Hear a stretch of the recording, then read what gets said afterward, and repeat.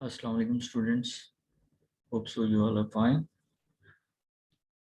Next topic of discussion is major vertebrate endocrine tissues and hormones. सबसे पहले हमने जो है पिट्यूटरी ग्लैंड के बारे में पढ़ना है। फिर हम देखेंगे कि किस तरह से जो है पिट्यूटरी ग्लैंड जो है वो हाइपोथैलेमस की सिक्रेशंस को रिलीज करता है। और उसके साथ कुछ और ग्लैंड्स भी अटैच्ड हैं like thyroid gland, adrenal gland, pancreas, which is also known as islets of Langerhans, parathyroid glands, testis, ovaries, and corpus luteum. इन सब के बारे में हम बारी बारी डिस्कस करेंगे। First of all we will know about pituitary gland. Pituitary gland के 3 लोब्स होते हैं, anterior lobe, intermediate lobe and posterior lobe. Anterior lobe को हम एडिनो हाइपोफाइसिस भी कहते हैं और जो पोस्टीरियर लोब होता है उसको न्यूरो हाइपोफाइसिस भी कह सकते हैं। ठीक है, एंटीरियर लोब से कुछ हार्मोन्स जो हैं वो रिलीज होते हैं।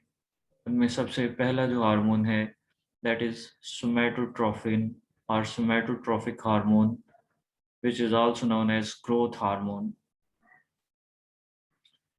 ये ग्रोथ हार्मोन का क्या काम होता है कि इसने जो है बॉडी की ग्रोथ में पार्टिसिपेट करना होता है, लाइक बोन्स एंड मसल्स, उनकी ग्रोथ करवाना, मीन्स के ओवरऑल ग्रोथ जो है उसमें ये इन्वॉल्व होता है।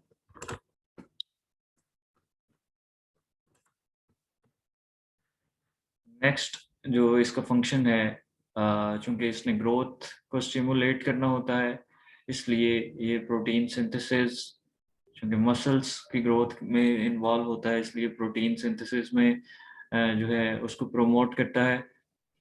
It also affects the lipid and carbohydrate metabolism. ठीक है, लिपिड्स और कार्बोहाइड्रेट के जो मेटाबॉलिक प्रोसेसेस हैं उनको भी अफेक्ट करता है। ठीक है, उनकी प्रोडक्शन जो है, एनर्जी जो यूज़ करेगा ये हमारी बॉडी जो है ग्रोथ के लिए, वो जो है सोमैटोट्रोफिक हार्मोन वो प्रोवाइड करेगा।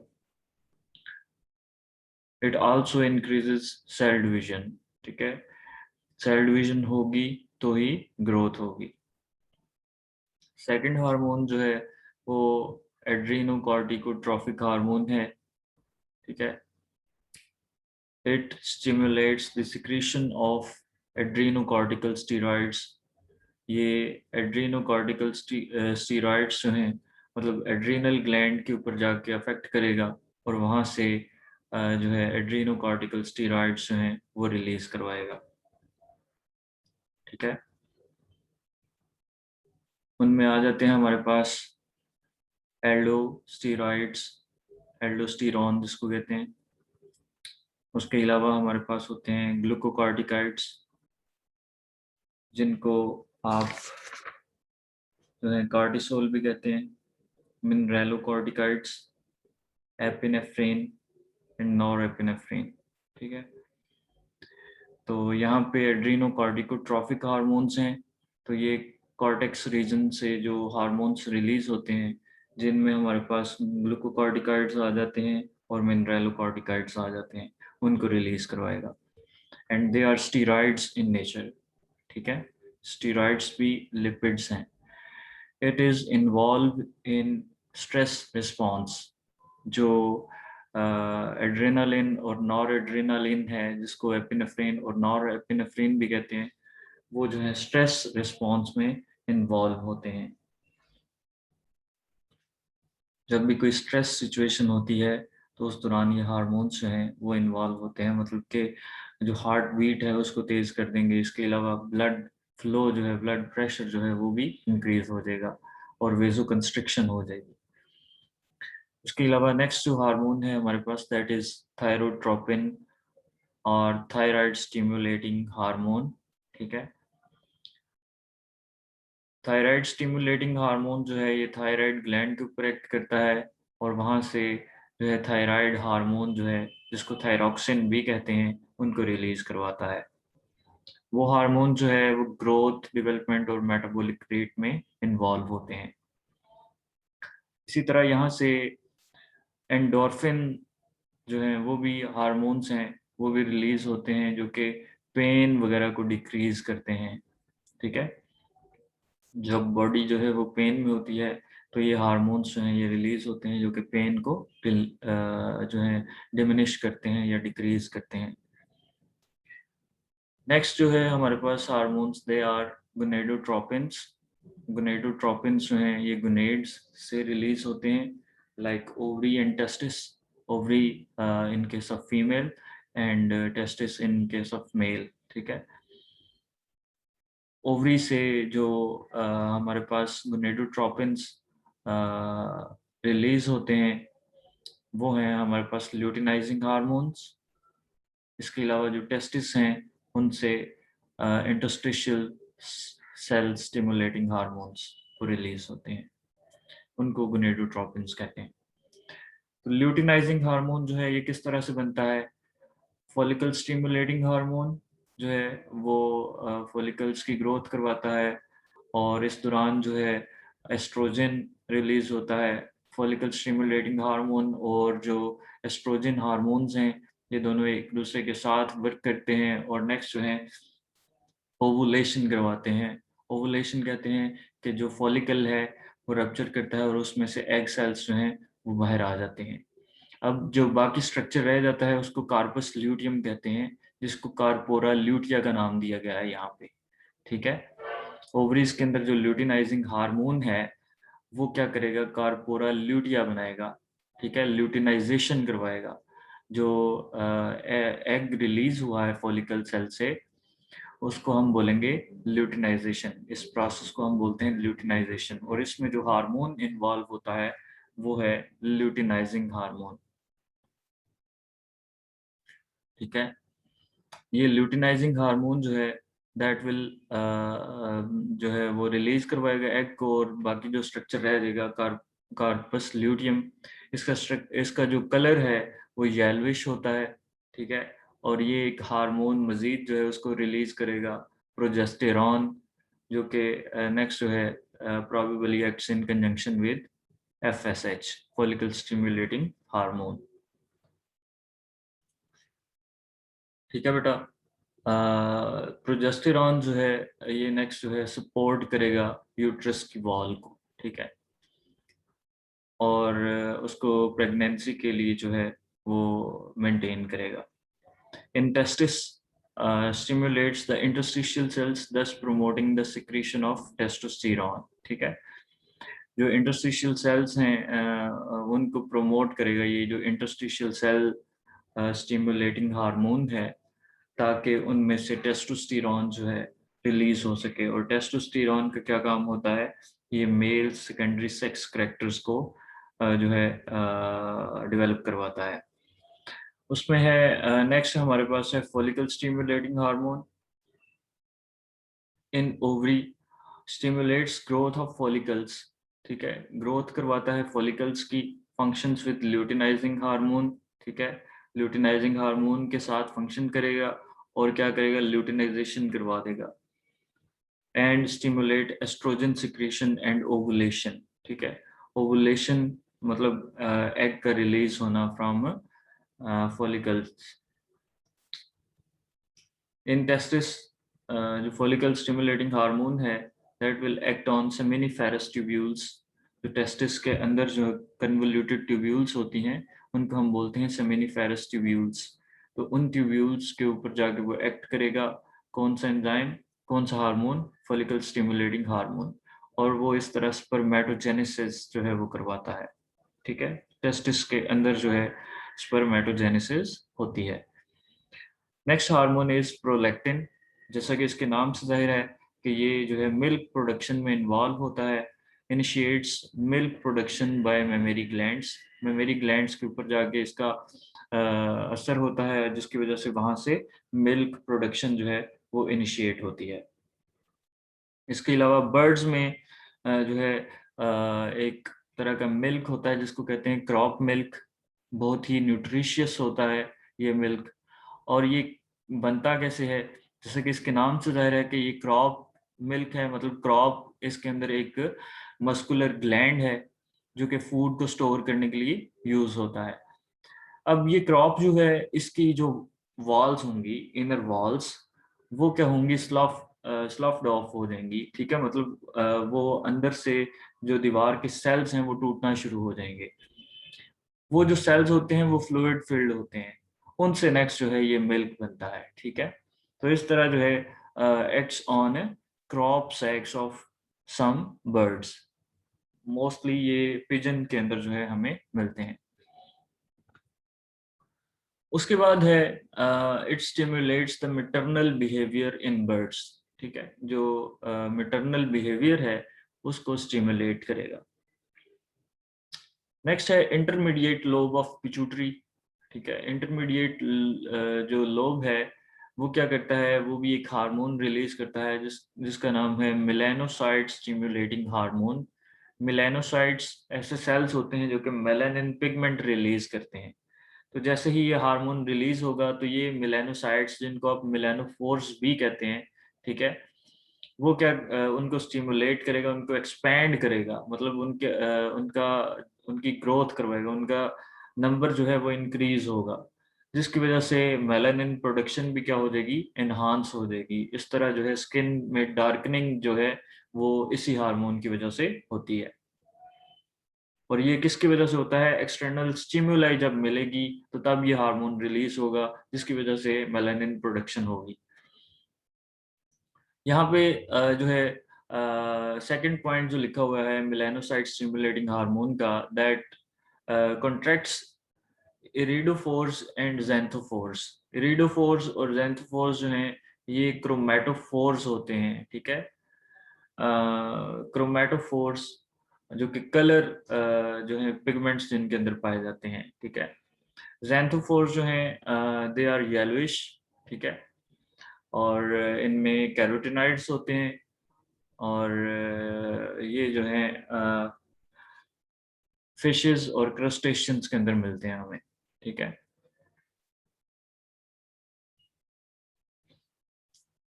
उसके बाद है पोस्टीरियर लोब ऑफ पिट्यूटरी, ठीक है। इसमें से कुछ हार्मोन्स रिलीज होते हैं लेकिन वो इनको प्रोड्यूस नहीं कर रहा होता, ठीक है। प्रोड्यूस कौन करवा रहा होता है, हाइपोथैलेमस, ठीक है, लेकिन रिलीज वो जाके होते हैं पोस्टीरियर लोब ऑफ पिट्यूटरी से, ठीक है। इसकी तरतीब कुछ इस तरह से होती है, सबसे पहले हाइपोथैलेमस होता है, हाइपोथैलेमस के साथ ही पिट्यूटरी ग्लैंड होता है, और पिट्यूटरी ग्लैंड जो है वो नेक्स्ट जो है ट्रॉफिक हार्मोन्स रिलीज करता है। ट्रॉफिक हार्मोन्स ऐसे हार्मोन्स को कहते हैं कि जो जिनका इफेक्ट दूसरे ग्लैंड्स के ऊपर होता है और वो वहां से नए हार्मोन्स को प्रोड्यूस करवाते हैं, ठीक है। ऐसे हार्मोन्स जो कि दूसरे ग्लैंड से हार्मोनल सिक्रीशंस जो है उनको प्रोड्यूस करवाएं, उनको इनिशिएट करवाएं, उनको ट्रिगर करें, तो ऐसे हार्मोन्स को हम बोलते हैं ट्रॉफिक हार्मोन। मोस्टली जो ट्रॉफिक हार्मोन्स हैं ये कहाँ से रिलीज होते हैं, पिट्यूटरी ग्लैंड से, ठीक है। फर्स्ट जो हाइपोथैलेमस से जो हार्मोन रिलीज होता है that is anti diuretic hormone. It is peptide in nature और इसको हम न्यूरोपेप्टाइड बोलेंगे। Increase blood pressure by acting on arterioles. First of all ये क्या करेगा कि आर्ट्रियोल्स के ऊपर इफेक्ट करेगा और ब्लड प्रेशर को इंक्रीज करेगा। इसके अलावा एंटी डायूरेटिक हार्मोन जो है ये किडनीज के ऊपर इसका जाके असर होता है और वहां से ये रीअब्जॉर्प्शन करवाता है वाटर की, ठीक है, promote water reabsorption. Second hormone जो है जो कि हाइपोथैलेमस से सिक्रीट होता है, लेकिन वो रिलीज कहाँ से हो रहा है, पोस्टीरियर लोब से। मतलब हाइपोथैलेमस के अंदर वो बनता है और नेक्स्ट जो है वो रिलीज होता है पोस्टीरियर लोब ऑफ पिट्यूटरी से। ऑक्सीटोसिन का क्या काम है, ये क्या करेगा कि ये यूट्रस वॉल्स जो हैं ड्यूरिंग जो पार्चुरेशन है, बर्थ प्रोसेस है उस दौरान क्या करेगा, उसको कॉन्ट्रैक्ट करवाने में हेल्प करेगा, प्रोमोट्स कॉन्ट्रैक्शन ऑफ यूट्रस। इसके अलावा आफ्टर बर्थ क्या करेगा, मेमोरी ग्लैंड्स को अफेक्ट करेगा और वहां से मिल्क इजेक्शन जो है उसको स्टार्ट करवाएगा। रोल इन पार्चुरेशन, मतलब जो बर्थ प्रोसेस है उसमें इसका रोल होता है, and in sperm transport in female reproductive tract, और इसी तरह जो है स्पर्म ट्रांसपोर्ट में भी ये हार्मोन जो है वो हेल्प करता है। नेक्स्ट जो हमारे पास ग्लैंड है हाइपोथैलेमस, ब्रेन का पार्ट है। इससे जो हार्मोन्स रिलीज होते हैं that are thyroid releasing hormone और थायरोट्रोपिन रिलीजिंग हार्मोन। ये क्या करता है, यहाँ पे उन्होंने आपकी बुक के अंदर थोड़ी सी मिस्टेक कर दी हुई है, यहाँ पे TRH आएगा, TSH जो है वो तो एंटीरियर पिट्यूटरी जो है वो बनाता है। यहाँ पे थायराइड रिलीजिंग हार्मोन जो है, रिलीजिंग फैक्टर जो है वो बनेगा, ठीक है। That stimulates release of TSH, thyroid stimulating hormone, ठीक है। हाइपोथैलेमस से क्या रिलीज होगा, thyroid releasing factor. Thyroid releasing factor जो है वो पिट्यूटरी ग्लैंड के पास जाएगा और वहां से क्या रिलीज करवाएगा, thyroid stimulating hormone. Thyroid stimulating hormone next जो है वो कहाँ पे जाएगा, थायराइड ग्लैंड के पास, और उसको जो है ट्रिगर करेगा ताकि वहां से सिक्रीशन हो एक नए हार्मोन की, जिसको हम कहते हैं थायरॉक्सिन, जो कि ग्रोथ डेवलपमेंट में इन्वॉल्व होता है। उसके बाद दूसरा जो हार्मोन है एड्रीनो कार्टिकोट्रोफिक रिलीजिंग हार्मोन, ये जो है ACTH को रिलीज करवाएगा, adrenocorticotrophic hormone by anterior pituitary.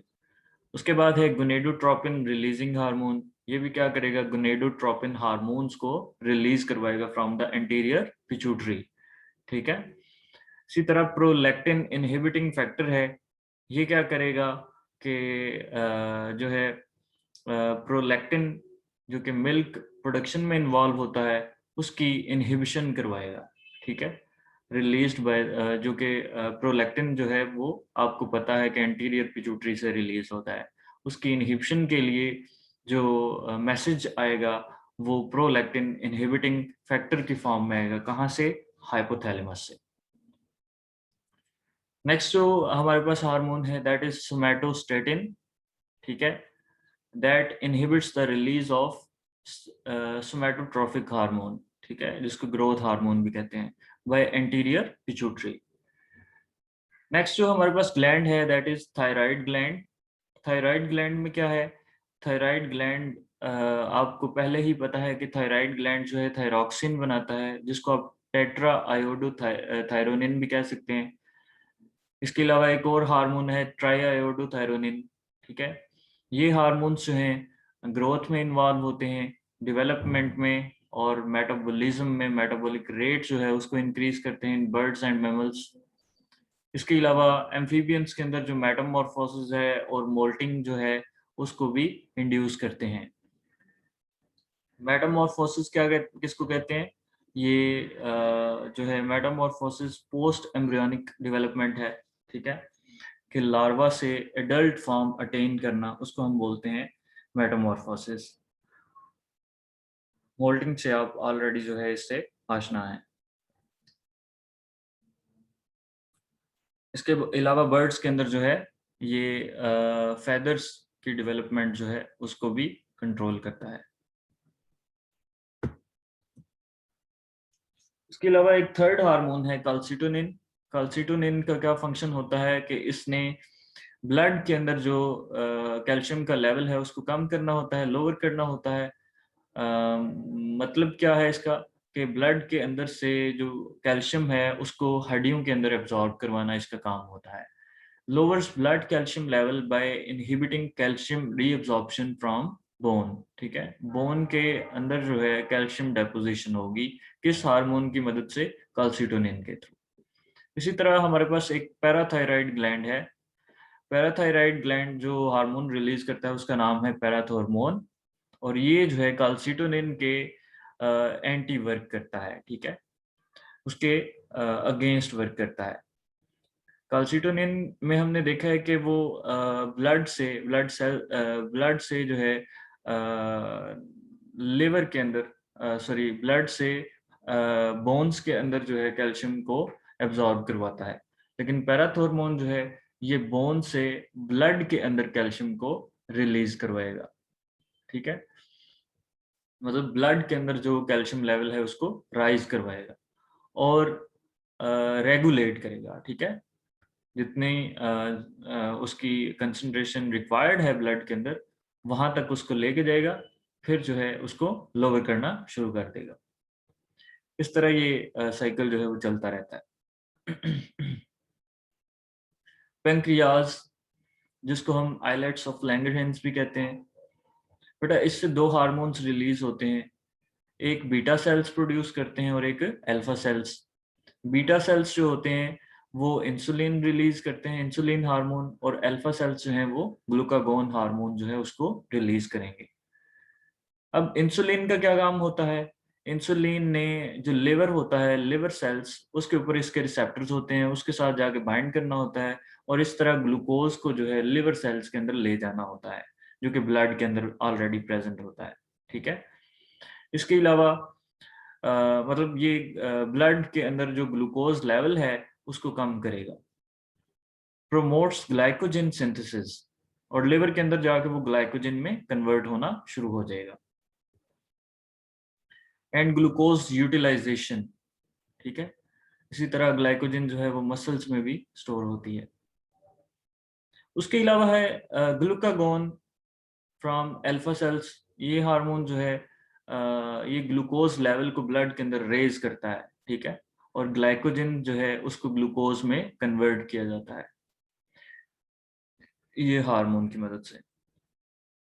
Next is adrenal cortex. मतलब एड्रेनल ग्लैंड के दो पार्ट्स हैं, adrenal cortex and adrenal medulla, ठीक है। एड्रेनल कॉर्टेक्स से जो हार्मोन्स रिलीज होते हैं उनमें ग्लूकोकॉर्टिकाइड्स आ जाते हैं एंड मिनरेलोकॉर्टिकाइड्स। ग्लूकोकॉर्टिकाइड्स को हम कॉर्टिसोल भी कहते हैं और मिनरेलोकॉर्टिकाइड को हम एल्डोस्टेरॉन भी कह सकते हैं, ठीक है।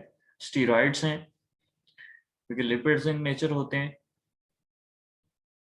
अब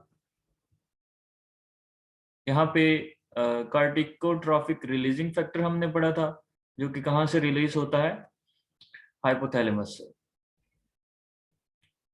हाइपोथैलेमस से नेक्स्ट जो है वो पिट्यूटरी ग्लैंड के पास जाएगा, एंटीरियर पिट्यूटरी, वहां से एड्रीनोकार्टिकोट्रॉफिक हार्मोन जो है वो रिलीज होगा। ये हार्मोन जो है एड्रीनल ग्लैंड को के ऊपर आके वर्क करेगा और वहां से जो हार्मोन्स हैं उनको रिलीज करवाएगा फर्दर, ठीक है, जिनमें कार्टिकोस्टेरॉइड्स आ जाते हैं और हमारे पास जो है मेडुलरी जो हार्मोन्स होते हैं जिनमें एपिनेफ्रिन और नॉरएपिनेफ्रिन आ जाते हैं, जिनको आप स्ट्रेस हार्मोन्स भी कहते हैं। फाइट और फ्लाइट सिचुएशन में जो रिलीज होते हैं।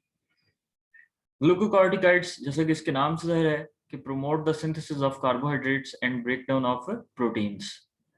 प्रोटीन्स की ब्रेकडाउन करवाएगा और कार्बोहाइड्रेट्स की सिंथेसिस को प्रमोट करेगा। Initiates anti inflammatory and anti allergic actions, ठीक है। एंटी इन्फ्लेमेटरी जो सब्सटेंसेस हैं एंटी वो ग्लूकोकॉर्टिकाइड्स हैं, ठीक है, उसको इनिशिएट करवाएगा एंटी इन्फ्लेमेटरी एक्शंस को, जो कि आपकी बॉडी के अंदर जो वाइट ब्लड सेल्स हैं, अगर कोई किसी जगह पे इन्फेक्शन हो जाता है तो वहां पे जाके वो फाइट करते हैं और वहां पे इन्फ्लेमेशन होती है। इन्फ्लेमेशन जो है एक इम्यून रिस्पॉन्स होता है, ठीक है, ये कोई बुरी चीज नहीं है।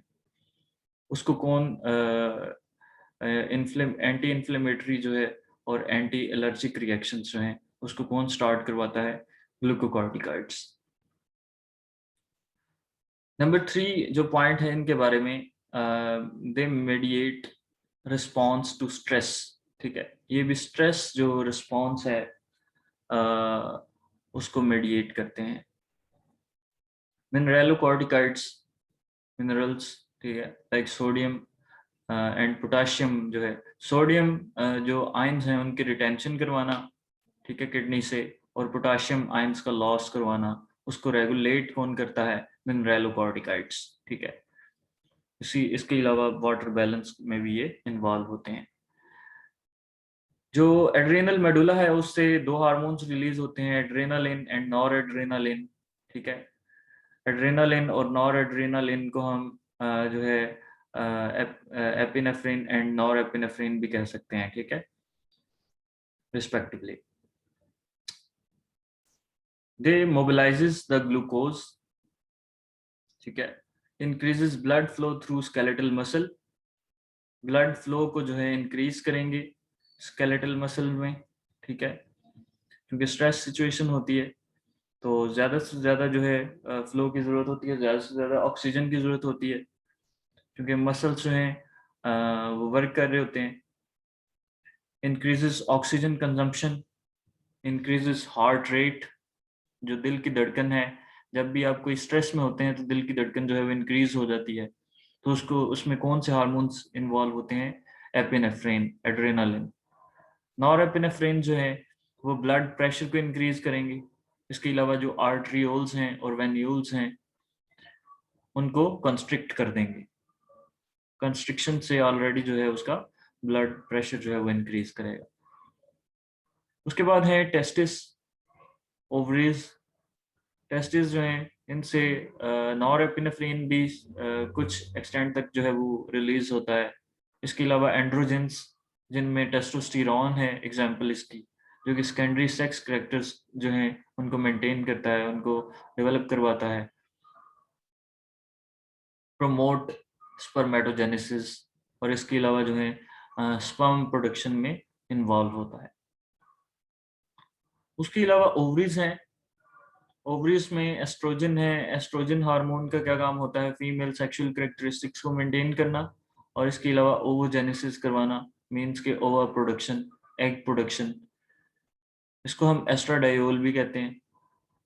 कार्पस ल्यूटियम, बेटा कार्पस ल्यूटियम हमने पहले भी डिस्कस कर लिया है कि जैसे ही जो है ओवुलेशन होती है, ठीक है, ओवुलेशन कहते हैं जो फॉलिकल है उससे एग सेल का बाहर आना, और जो बाकी रह जाता है स्ट्रक्चर उसको हम कार्पस ल्यूटियम कहते हैं।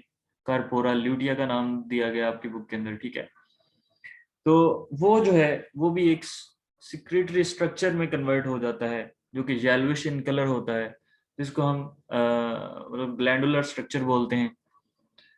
ये ग्लैंडुलर स्ट्रक्चर एक हार्मोन रिलीज करेगा, प्रोजेस्टेरॉन, जो कि मेंटेन करता है प्रेगनेंसी को, और इसके अलावा जो है ये डेवलपमेंट करवाता है मेमोरी ग्लैंड्स की, ठीक है। तो यहाँ पे हमारा टॉपिक जो है ये वाला क्लोज हो रहा है, ये हार्मोन्स थे, ठीक है। Further will be discussed in online class, ठीक है। अगर कोई क्वेरीज हुई तो वो ऑनलाइन क्लास में डिस्कस करेंगे। तब तक के लिए अल्लाह हाफिज़।